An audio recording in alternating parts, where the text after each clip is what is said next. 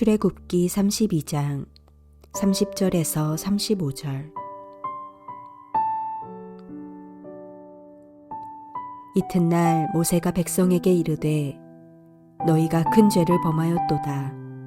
내가 이제 여호와께로 올라가노니 혹 너희를 위하여 속죄가 될까 하노라 하고, 모세가 여호와께로 다시 나아가 여짜오되 슬프도소이다. 이 백성이 자기들을 위하여 금신을 만들었사오니 큰 죄를 범하였나이다. 그러나 이제 그들의 죄를 사하시옵소서. 그렇지 아니하시오면 원하건대 주께서 기록하신 책에서 내 이름을 지워버려 주옵소서. 여호와께서 모세에게 이르시되 누구든지 내게 범죄하면 내가 내 책에서 그를 지워버리리라. 이제 가서 내가 내게 말한 곳으로 백성을 인도하라. 내 사자가 내 앞서 가리라. 그러나 내가 보응할 날에는 그들의 죄를 보응하리라. 여호와께서 백성을 치시니 이는 그들이 아론이 만든 바 그 송아지를 만들었음이더라.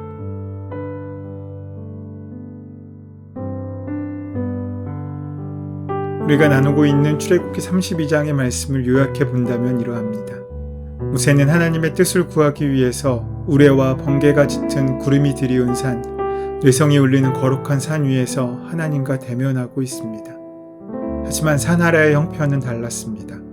언제 어떤 일이 벌어질지 알 수 없는 상황에서 지도자가 함께하지 못하는 상황이 계속되자 백성들은 두려움에 빠져들게 됩니다.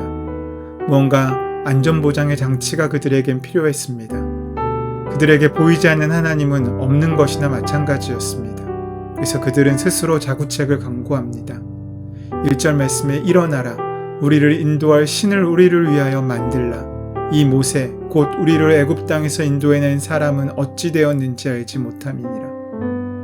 백성들을 깨우치고 용기를 북돋아야 할 아론조차도 이러한 백성들의 요구에 동요하기 시작합니다.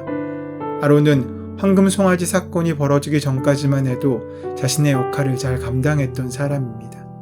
그는 말에 능하지 못했던 모세를 대신하여 바로와 백성들 앞에서 하나님의 말씀을 전한 사람입니다. 또한 그는 각종 이적을 행하기도 했습니다. 하지만 백성들의 불신앙의 전염이라도 된 것처럼 백성들의 요구에 굴복하고 말았습니다. 아론은 백성들에게 신상을 만들기 위하여 필요한 것을 모아오라고 지시합니다. 사람들은 금붙이와 각종 장신구를 그에게 가지고 옵니다. 마치 구원의 길이 거기에 있다는 듯이 그들에겐 그 일이 열심이었습니다.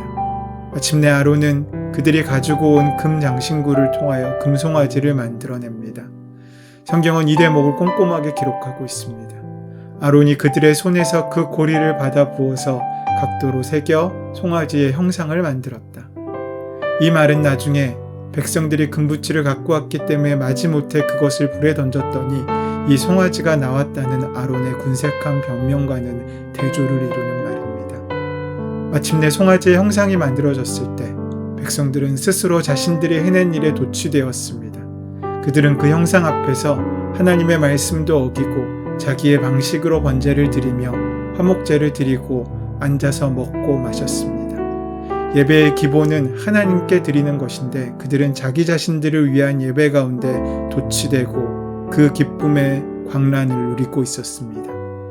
바야흐로 열광적인 축제가 시작된 것입니다. 그들은 자기들의 행위가 무엇을 의미하는지 알지 못했습니다. 그들은 하나님에 대한 바른 신앙을 저버렸고 자의적인 종교의 탄생을 축하하고 있음을 알지 못했습니다.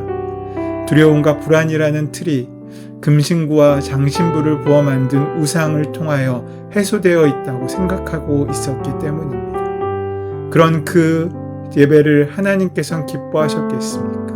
천만의 말씀입니다. 하나님께서는 크게 진노하셨습니다.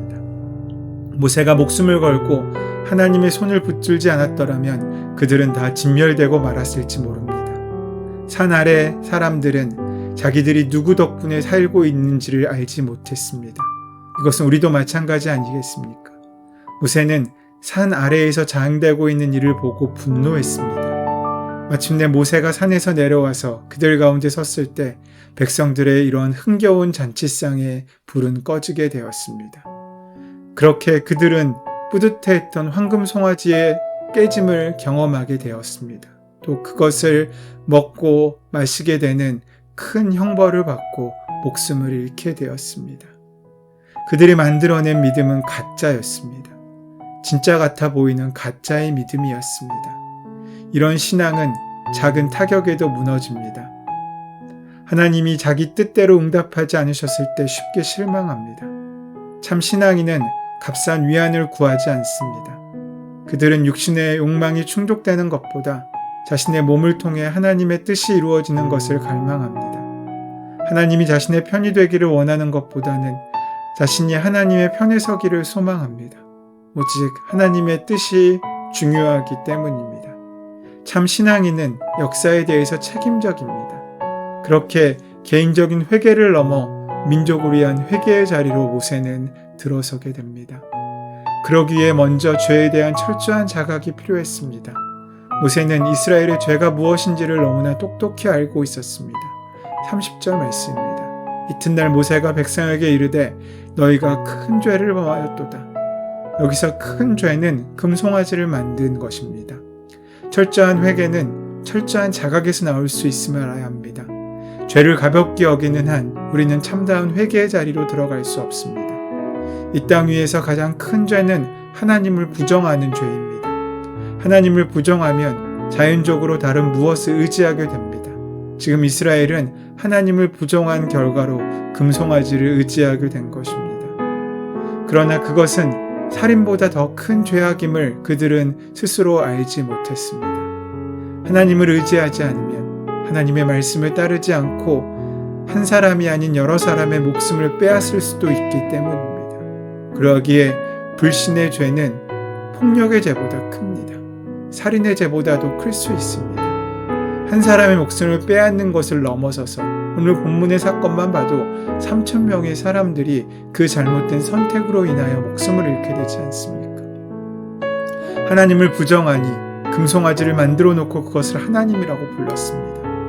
이런 짓은 하나님께서 가장 부패한 죄악으로 여기시는 것들입니다. 세상에 수많은 우상들을 만들어 놓고선 그것을 섬기는 자들은 이것이 막이다 라고 생각하지 않습니다. 모두 다 하나님과 같은 신이라고 생각합니다. 하나님 입장에서 보면 이러한 행동을 용서할 수 없으십니다. 성경의 가장 악한 것을 히브리서는 불신앙이라고 했습니다. 말씀으로 나타나신 하나님을 보이지 않고 만질 수 없다고 믿지 않는 이것을 가장 큰 악이라고 말씀하고 있는 것입니다. 가장 큰 죄가 무엇입니까? 큰 은혜를 배반하는 것입니다. 여기서도 이스라엘이 출애굽한 후 얼마나 많은 은혜를 입었는지, 하지만 그 은혜가 한순간에 어떻게 그렇게 쉽게 망각되었는지 우리는 살펴볼 수 있습니다. 그러기에 그것은 죄입니다. 예수 그리스도로 말미암아 영원한 지옥으로 갈 인생을 구해주셨는데 먹을 것이 없다고, 눈에 보이지 않는다고, 손에 잡히지 않는다고 하나님을 부정한다면 그것은 큰 죄가 된다는 것입니다. 모세는 이러한 민족의 큰 죄의 짐을 지고 이제 또다시 산에 올라 하나님 앞에 섭니다. 그리고 하나님께 기도하기 원합니다. 기도는 사실 이러한 죄에 대한 자각에서부터 시작되는 것입니다. 우리의 부족과 비천함과 더러움을 깨달을 때 우린 기도할 수 있습니다. 내게 아직 돈이 남아있고 힘이 남아있고 또 내게 의지할 것이 남아있다면 우리는 기도할 수 없고, 그렇게 드리는 기도는 참된 기도일 수 없습니다. 모세는 이튿날 다시 하나님 앞에 나아가 백성들을 대신하여 참회하며 중보합니다. 모세는 백성들의 모습에 넌더리를 내는 하나님 앞에 엎드려 그들의 죄를 용서해달라고 간구합니다. 만약에 하나님께서 이런 모세의 청을 거절하실 거라면 차라리 자기의 이름도 하나님의 생명책에서 지워달라고 이야기하고 있습니다. 32절 말씀입니다. 그러나 이제 그들의 죄를 사하여 주옵소서. 그렇지 아니하시오면 원하건대 주께서 기록하신 책에서 내 이름을 지워버려 주옵소서. 모세는 백성들의 죄에 대한 책임이 자기에게 있다고 생각합니다. 모세가 꼭 이렇게까지 해야 할 의무는 없습니다. 그는 백성과 철저히 구분될 수도 있습니다. 하나님께서는 모세를 통하여 새로운 민족을 이루시겠다고, 그래서 모세는 그 죄와 형벌과 진노에서 예외적인 존재라고 이미 말씀하셨습니다. 하지만 모세는 자기와 백성들과 운명을 같이 하겠다고 말하고 있는 것입니다. 그런 의미에서 그는 책임적인 주체입니다. 누군가가 강제하기 때문이 아니라 그렇게 하지 않으면 견딜 수가 없는 내적인 동기와 그 마음의 사랑에 따라 움직이고 있었기 때문입니다. 하나님께서는 다른 사람들의 책임까지 감당하려고 하는 이러한 모세의 청을 거절하십니다. 그러면서도 그 백성을 포기하지 않으십니다. 그들이 마땅히 받아야 할 형벌을 유보하시면서 모세에게 그들을 약속의 땅으로 인도하라고 명령하십니다. 우리는 모세에게서 아버지여 저들의 죄들을 사하여 주옵소서, 자신들의 하는 일을 알지 못함이라고 기도했던 예수님의 그림자를 봅니다. 예수님은 우리에게 황금송아지 앞에 열광하는 종교가 아니라 사랑과 섬김과 나눔, 또 자기 부정을 통해 하나님의 뜻에 이르는 참된 믿음이 무엇인지를 보여주셨습니다. 지금 하나님께서는 그렇게 세상의 죄를 함께 중보하며 감당할 새로운 모세를 기다리고 계십니다. 우리가 바로 그런 사람이 되어야 되지 않겠습니까? 은혜의 주님, 우리가 나 혼자 잘 먹고 잘 사는 인생이 되지 않게 도와주시옵고, 나라와 민족과 맡기신 허락하신 공동체를 위한 하나님의 복의 통로로 살아갈 수 있도록 인도하시고 역사하여 주시옵소서. 우리 주 예수 그리스도의 이름으로 기도드립니다. 아멘. 이제 오늘 허락하신 말씀을 함께 깊이 묵상하심으로 오늘 나에게 주시는 말씀으로 만나시기 바랍니다. 우리의 삶의 모든 문제와 간구를 하나님께 온전히 맡기시고 기도하는 시간 가지도록 하겠습니다. 함께 기도합니다.